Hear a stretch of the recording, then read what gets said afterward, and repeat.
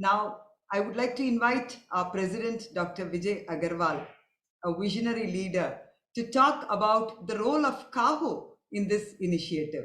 Over to you, Vijay, sir. For an organization, everybody now, I think, understands that, next slide, that we are an organization which is working to promote patient safety, quality, and promoting accreditation. Next, if you can just please click it. Yeah. So for us to think about, we keep thinking of ways and means to how do we keep on promoting patient safety.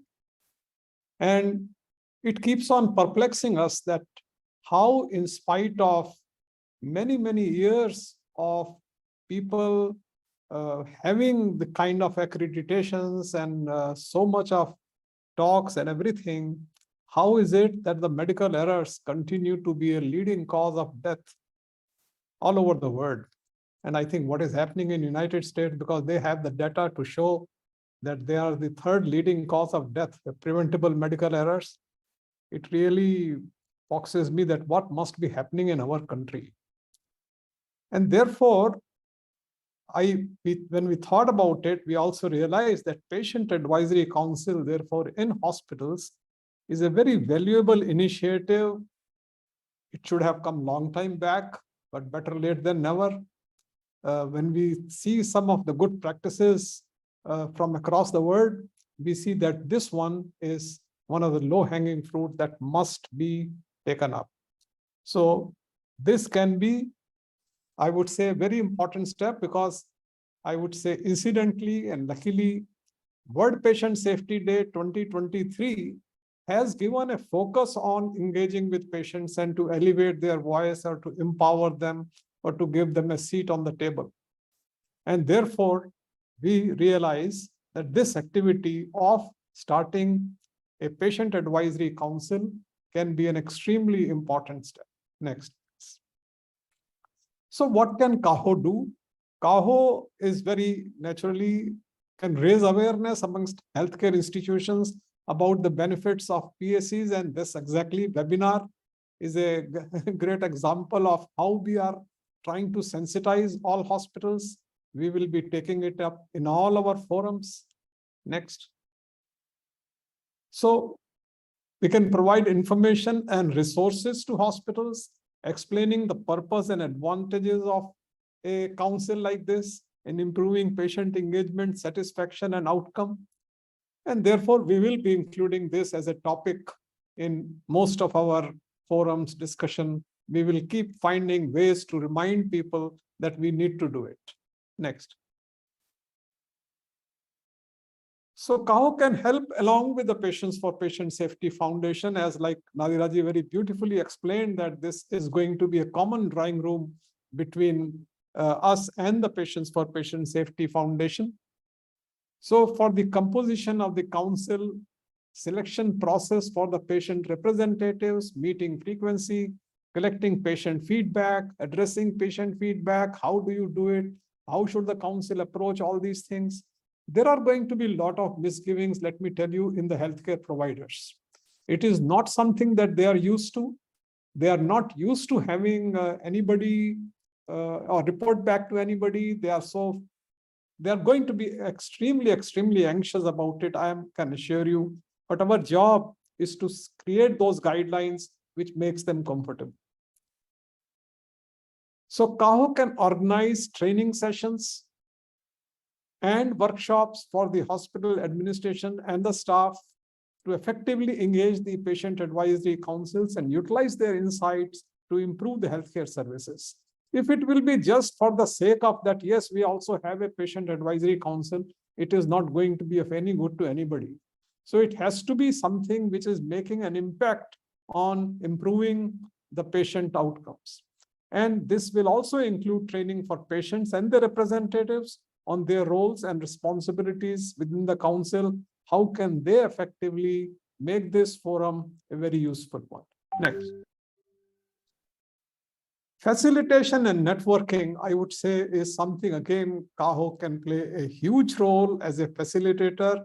connecting hospitals who have successfully implemented the concept of councils, and they could be talking about to the other hospitals. And that's a great motivation, I can tell you, when somebody will present that, yes, this is their experience of having the council, what pain and pleasures they had, to share it with their colleagues will be one great way to promote it.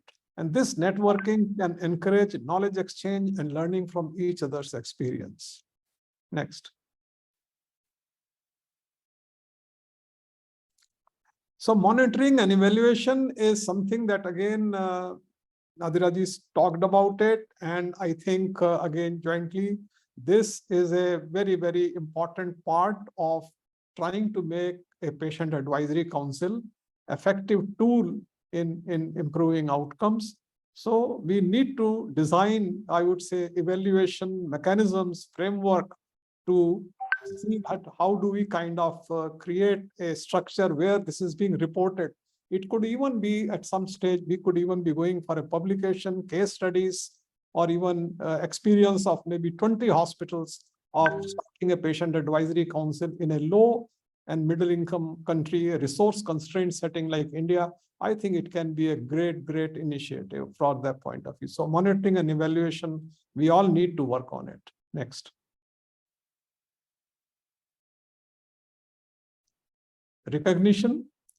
So at CAHO, we have been doing it, I would say, in various other streams. Wherever to promote a good practice, CAHO is very committed. We are very liberal to recognize and award the institutions or any good practice.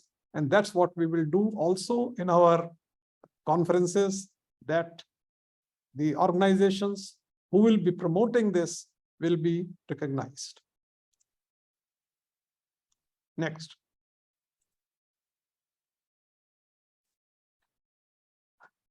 Another success story of CAHO lies in collaboration.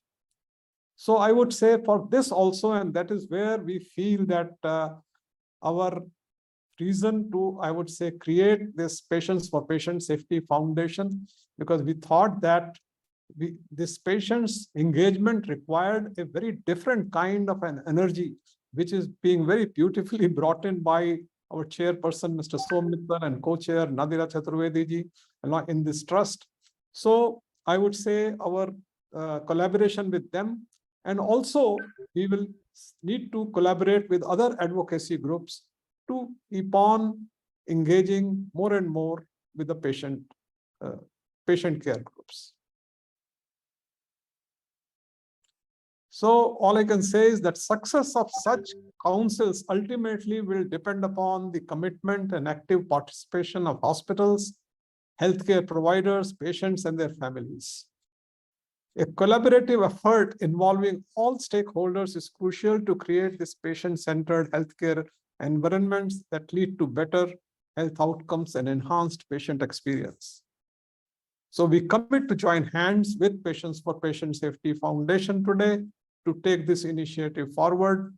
Ladies and gentlemen, it has been extremely, extremely gratifying today that all of you who have been a part of this initiative, and I am very sure that by the time we are on 17th September, the World Patient Safety Day, we hope that at least 15 to 20 hospitals would have at least planned and executed and started. Even before the start of this webinar, I heard the good news, the Baby Memorial Hospital, led by our opening batswoman, Madam Gracie Mathai, she said that in principle, and in fact, they are starting the formation of Patient Advisory Council. So with such a good news, I'm sure that many more such things will be happening. Thank you very much. Thank you very much, sir, and wonderful. It's very nice that we could all come together, put this together for the benefit of our patients. And this is going to be a great initiative, and I have no doubts on that. As Dr. Agarwal rightly mentioned, the next step is for all of us to start our own patient advisory council in our hospital.